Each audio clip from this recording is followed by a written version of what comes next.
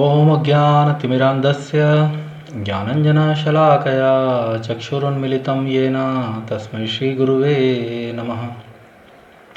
नमः ॐ विष्णुपादाय कृष्णप्रेष्ठाय भूतले श्रीमते भक्तिवेदान्ता स्वामिनिति नामिने। नमस्ते सारस्वते देवे गौरवाणी प्रचारिणे निर्विशेषशून्यवादी पाश्चात्यदेशतारिणे। जय श्री कृष्ण चैतन्य प्रभु नित्यानंदा श्री अद्वैत गदाधरा श्रीवासादि श्री गौर भक्तवृंदा। हरे कृष्णा कृष्ण कृष्णा हरे हरे, हरे राम राम राम हरे हरे। वाञ्छाकल्पतरुभ्यश्च कृपा सिन्धुभ्येव च पतितानां पावनेभ्यो वैष्णवेभ्यो नमो नमः। So Hare Krishna dear devotees, Hare Krishna dear friends.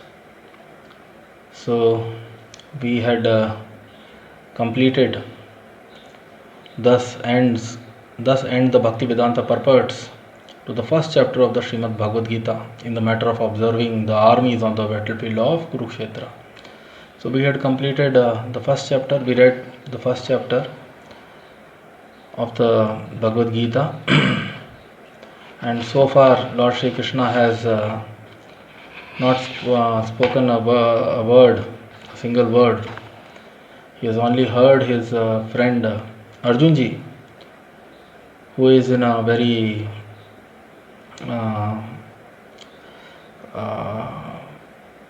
very emotional, who is in a very emotional state at the present moment and is not ready to fight.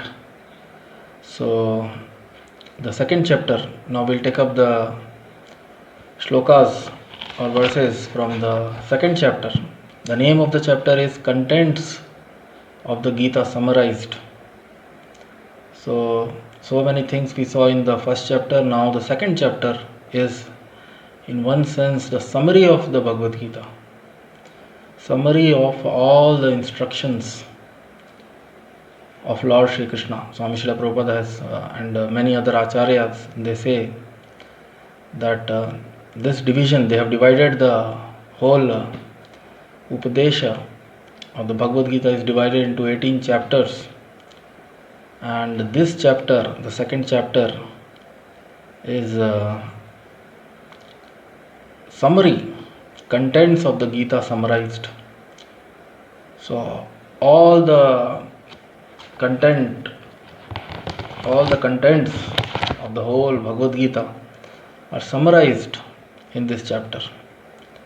So one by one we will take up verses and we will read them, and we'll read the beautiful explanative purports of Swami Srila Prabhupada, and we will try to assimilate some knowledge, some transcendental knowledge which can benefit us, which can benefit all of us. So wonderful verse, the first verse of the second chapter, another very beautiful, wonderful verse. So in the last verse we saw Sanjay ji had spoken that Arjuna, having thus spoken on the battlefield, cast aside, Sanjay said, Arjuna, having thus spoken on the battlefield, cast aside his bow and arrows and sat down on the chariot, his mind overwhelmed with grief. Evam uktva Arjuna sankhe rathopast upavishat visrijya sasharam chapam shok sambigna manasaha. So now the second chapter, another very beautiful verse, and Sanjay ji is continuing. So in the last verse Sanjay ji said that thing, and now Sanjay ji is again he is speaking. He is further narrating to Dhritarashtra ji. So Sanjaya Vacha, another wonderful, beautiful verse. Sanjaya Vacha tam tatha kripayavishtam ashrupurna kulekshanam vishidantam idam vakyam vacha madhusudanah. Sanjaya Vacha tam tatha kripayavishtam ashrupurna kulekshanam vishidantam idam vakyam Vacha Madhusudanaha. So wonderful verse. Tam tatha kripaya vishtam. Sanjay ji is narrating, Sanjay ji is speaking to Dhritarashtra ji. Tam tatha kripaya vishtam ashtupurna kulekshanam. Vishidantamidam vakyam vacha Madhusudana. Sanjay vacha, Sanjay said, Tam, unto Arjuna, tatha, thus, kripaya, by compassion, avishtam, overwhelmed, ashrupurna, full of tears, akula, depressed, ikshanam, eyes, vishidantam, lamenting, idam, this, vakyam, words, uvacha, said, Madhusudanaha, the killer of Madhu. So, wonderful verse. Sanjay said, seeing Arjuna full of compassion and very sorrowful, his eyes brimming with tears, Ashru Purna, eyes full of Ashru Purna, Akula, he is depressed, Ashnu Purna, Kulekshanam, Ikshanam, eyes, Ikshanam, eyes. So, seeing Arjuna full of compassion and very sorrowful, his eyes brimming with tears, Madhusudana Krishna spoke the following words. So Sanjay ji, he is addressing Lord Shri Krishna as Madhusudana, and he is telling to Dhritarashtra that seeing Arjuna in that state where he is overwhelmed with compassion and there are tears in his eyes and he is very very sorrowful, he is crying. So his eyes brimming with tears, Madhusudana Krishna spoke the following words.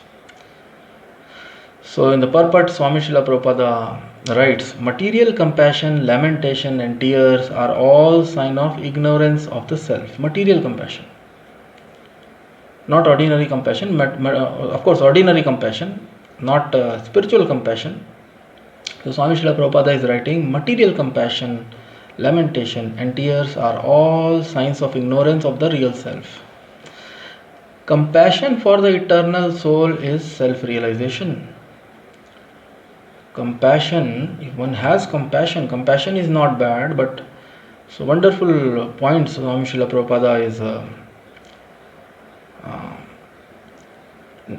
is writing, is explaining. Compassion for the eternal soul is self-realization. The word Madhusudana is significant in this verse.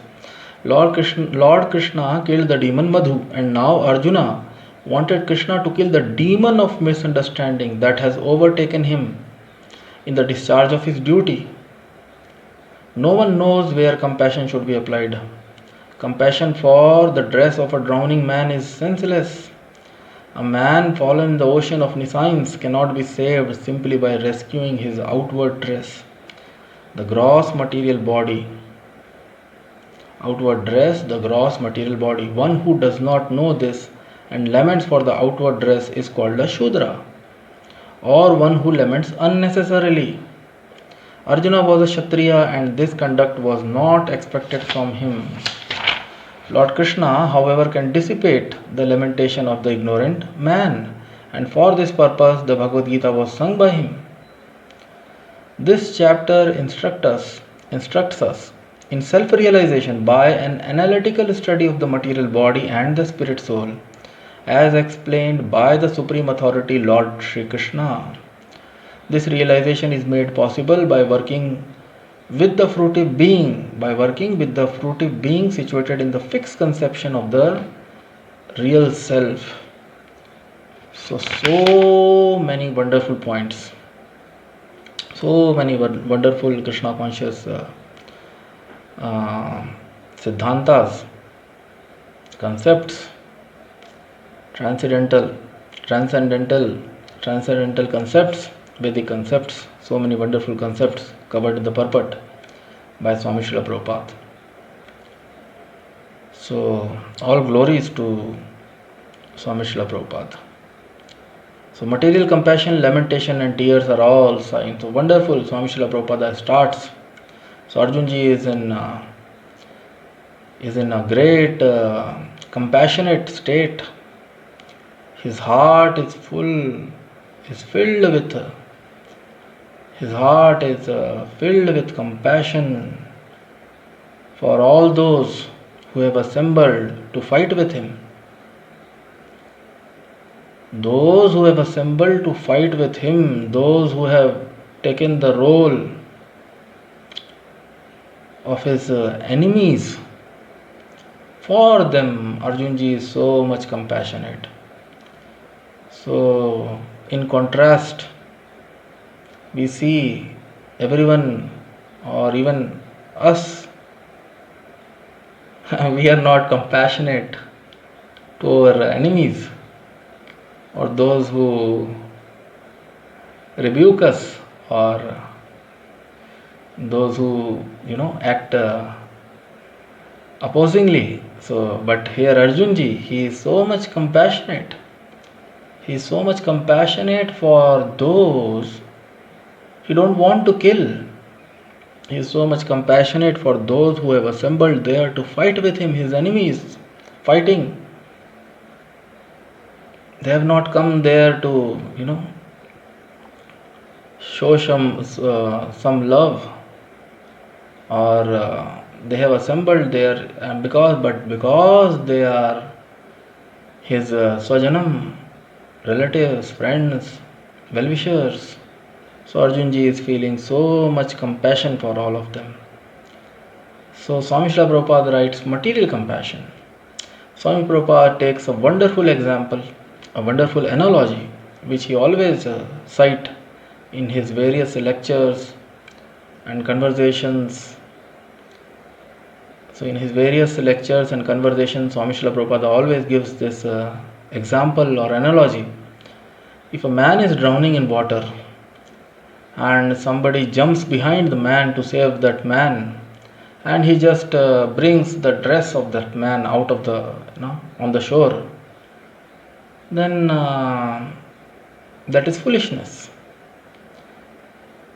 If the man drowned and the person just brings his dress, he goes and he catches the dress of the person, he jumps in the water behind a drowning man, if somebody, to save that man, and he just hold his dress, and he comes back, and then on the shore he sees, oh, I have only the dress, the man has already drowned in the water.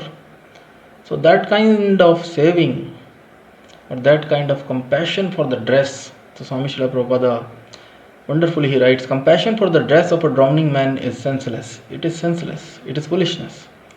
A man fallen in the ocean of nescience cannot be saved simply by rescuing his outward dress. And Swami Srila Prabhupada writes, the gross material body. So this gross material body, like we are wearing a dress, so even this body is a dress. And in this chapter, Lord Sri Krishna, by analytical study, Swami Srila Prabhupada writes, this chapter instructs us in self-realization. So this chapter actually instructs one in the matter of the real self, the soul. So instruct us in the self-realization by an analytical, so analysis. An analysis will be done by whom? By not an ordinary supreme authority, as explained by the supreme authority Lord Sri Krishna. This chapter instructs us in self-realization by an analytical study of the material body and the spirit soul, as explained by the supreme authority Lord Sri Krishna. So it's a wonderful chapter, that's why it is said, because the chapter itself is talking about the self.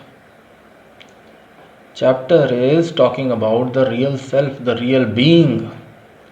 All of us consider ourselves to be this body, but the chapter is going to now, in the forthcoming verses, Lord Sri Krishna will be talking about the real being, the real person, who is not the body, who is different from the body. So the word Madhusudana, Swami Srila Prabhupada writes here, is also significant in this verse. Sanjay ji is addressing Lord Sri Krishna here as Madhusudana, because Krishna is the killer of the demon Madhu. So Arjunji here he wants that his friend should kill the demon of misunderstanding.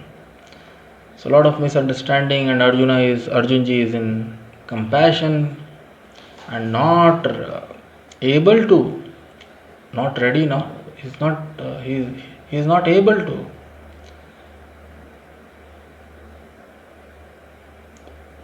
Gandiva Shamsate Hastat.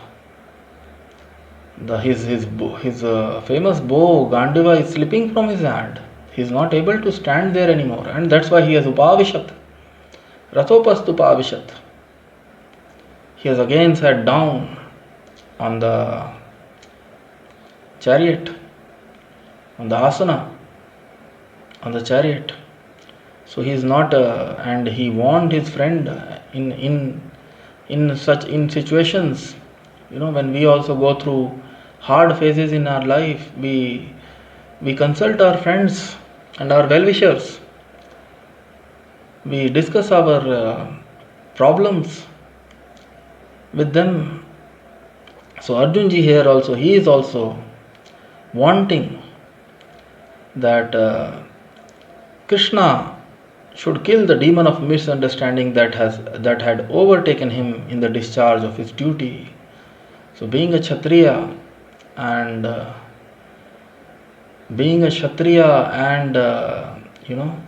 protector of general, a protector of religion, being a Kshatriya whose duty is to protect dharma and righteous men, and his duty is to kill the Atatai, aggressors, and they have assembled, all those aggressors have assembled there to fight with him. So it was his duty to kill them all, to fight with them and give them proper punishment, dandaha.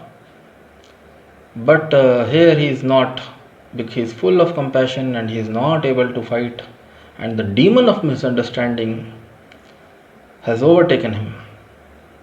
So misunderstanding, demon of misunderstanding. So anyway, Swami Srila Prabhupada writes, one who does not know, so material compassion, so Arjunji has whatever compassion, lamentation, Arjunji here he is showing are all material.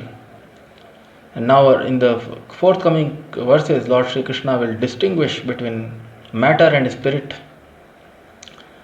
And then it will be, because Lord Sri Krishna, Swami Srila Prabhupada, he is competent. He can dissipate the lamentation of ignorant man. Arjuna was a Kshatriya and this conduct was not expected from him. He is a Kshatriya and he should fight. When there is a fight for the establishment of the religious principles. So, but Arjunji is not able to. So Lord Sri Krishna, however, can dissipate. Swami Srila Prabhupada is writing, Lord Sri Krishna, however, can dissipate the lamentation of the ignorant man. And for this purpose, the Bhagavad Gita was sung by him. For this purpose.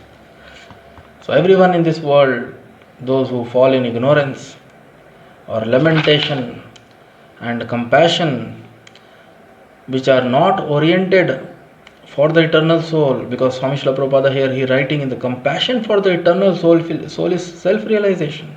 If one is compassionate for his real self, for the soul, the soul is suffering in this material world. The person, the being, the Atman, or the real self or the real being is going through birth, death, old age, diseases, again and again, life after life.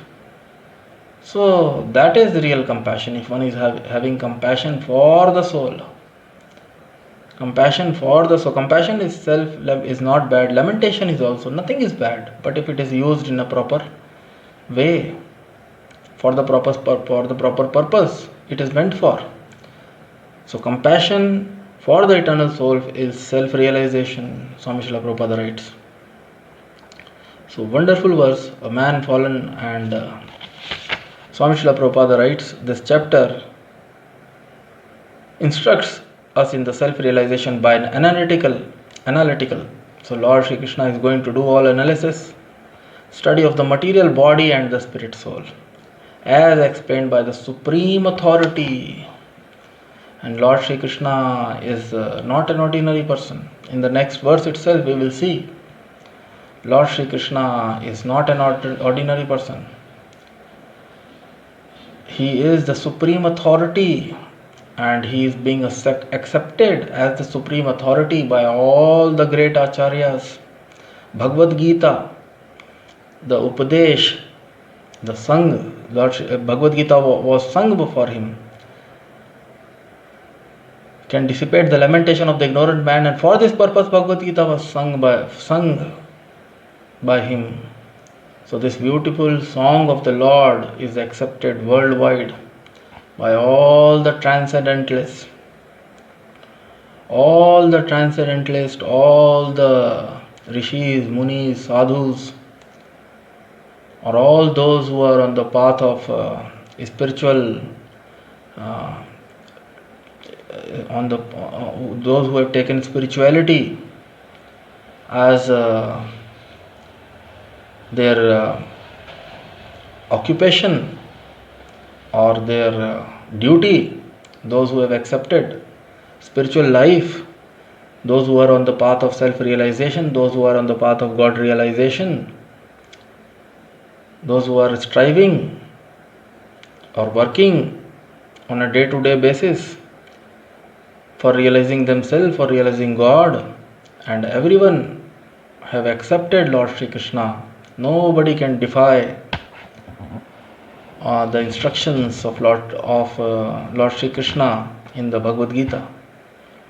So Swami Srila Prabhupada is also writing, as explained by the supreme authority Lord Sri Krishna, and this is the supreme authority. It will be in the coming verses. The next verse itself is a very wonderful verse, where Swami Srila Prabhupada will give evidences how Lord Sri Krishna is the supreme authority. And this realization is made possible by working with the fruitive being situated in the fixed conception of the real self. So this realization is not possible easily, because we all are fruitive beings. Fruitive. Swami Srila Prabhupada writes, because we are working for some fruits. We are working for, we all want some results from our actions, or we do actions with a motive or intention to get some results. With some motive, our mind concentrated on some results or some fruits, and to gain those fruits, to get those results, we actually work in our life. So, but actually work has to be done in the conception. Swami Srila Prabhupada is saying the realization is made possible by working with a fruitive being situated in the fixed conception of the real self. So when one knows about oneself, then when one knows about one's real identity, then he work for himself. For fruity people also, they are working for themselves, but they are working for some material fruits, for some material results. And a person who knows, because they do not know themselves, they think that such and such a result or such and such a fruit will give them happiness or satisfaction. But with those material fruits, satisfaction do not come. So that's why a person is supposed to, because the person do not knows about himself, about the real self. So Swami Srila Prabhupada is writing, situated in the fixed conception of this realization is made possible by working with a fruitive being situated in the fixed conception of the real self. So when one actually knows about, and Swami Srila Prabhupada writes, compassion for the soul is self-realization. Compassion for the soul. So because most of the people, because at the present age, or because Lord Sri Krishna spoke Bhagavad Gita, of course Arjun ji, and they all had the knowledge about the soul, or the knowledge about the real self, and but Arjun ji is in this state of lamentation and compassion because of higher arrangement by the Yogamaya potency, by the internal energy of the Supreme Lord, internal potency of the Supreme Lord. He is not under the external energy, Maya. He is under the Devi Prakriti, Yoga Maya. And but he is in that situation because Lord Krishna want to speak Bhagavad Gita. Lord Krishna want to give his instructions for the benefit of everyone, for benefit of every ignorant man of this world. And at the present moment, we all can see, no, none of us have even though we have heard or we have some understanding, but we do not have a proper understanding of the real self or the soul or the real being. So Lord Shri Krishna, by making use of the situation and with the help of his friend, with the help of his eternal devotee, Arjunji, he is speaking the instructions for the benefit of humanity. He is giving his wonderful, he is going to sing this wonderful song, Bhagavad Gita, for the benefit of whole humanity, every living being, who are ignorant of the real self, who do not know about the soul, who do not know. So this chapter is a wonderful chapter, analytical study of the material body and the spirit soul. Lord Shri Krishna will clear the misunderstanding, the demon, will kill the demon of misunderstanding, and which has overtaken Arjunji. And if one reads Bhagavad Gita, Swami Srila Prabhupada has always said, and has always, and everybody, all the acharyas, they have instructed. If one also reads Bhagavad Gita in that way, with love, with devotion, then he can also once all ignorance and material ignorance can be dissipated, can be cleared, can get clear. So that is the beauty or glories of Srimad Bhagavad Gita. So next verse, we'll take up another verse, very beautiful verse, the coming verse, second verse. Now Lord Shri Krishna is going to speak. So Ganesh ji is writing, not an ordinary person. Lord Ganesha, he is worshipped in every house in India and many parts of the world, in Bharatvarsha and other part of the world. And Lord Ganesha is not an ordinary being. Among the demigods also, among all the demigods, he is very much worshipable and bestower of all boons to people in general. And he under the guidance, as per the instructions, or as per on request of Srila Vyasadeva, Srila Vyasadeva ji, who is an literary incarnation of the Supreme Lord, Shaktavesha Avatara.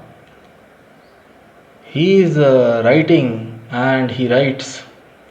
Now Lord Shri Krishna is going to speak, and Ganesh ji writes, Shri Bhagavan Vacha.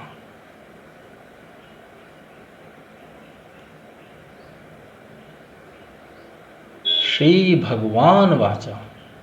Ganesh ji writes, Shri Bhagavan Vacha. He do not write Krishna Vacha. Like in the Bhagavad Gita, we see everybody speaking. Sanjay ji speaking, Dhritarashtra ji speaking, Arjun ji speaking, and Duryodhan ji speaking. So there Ganesh ji is writing Dhritarashtra Vacha, Sanjaya Vacha, Arjuna Vacha.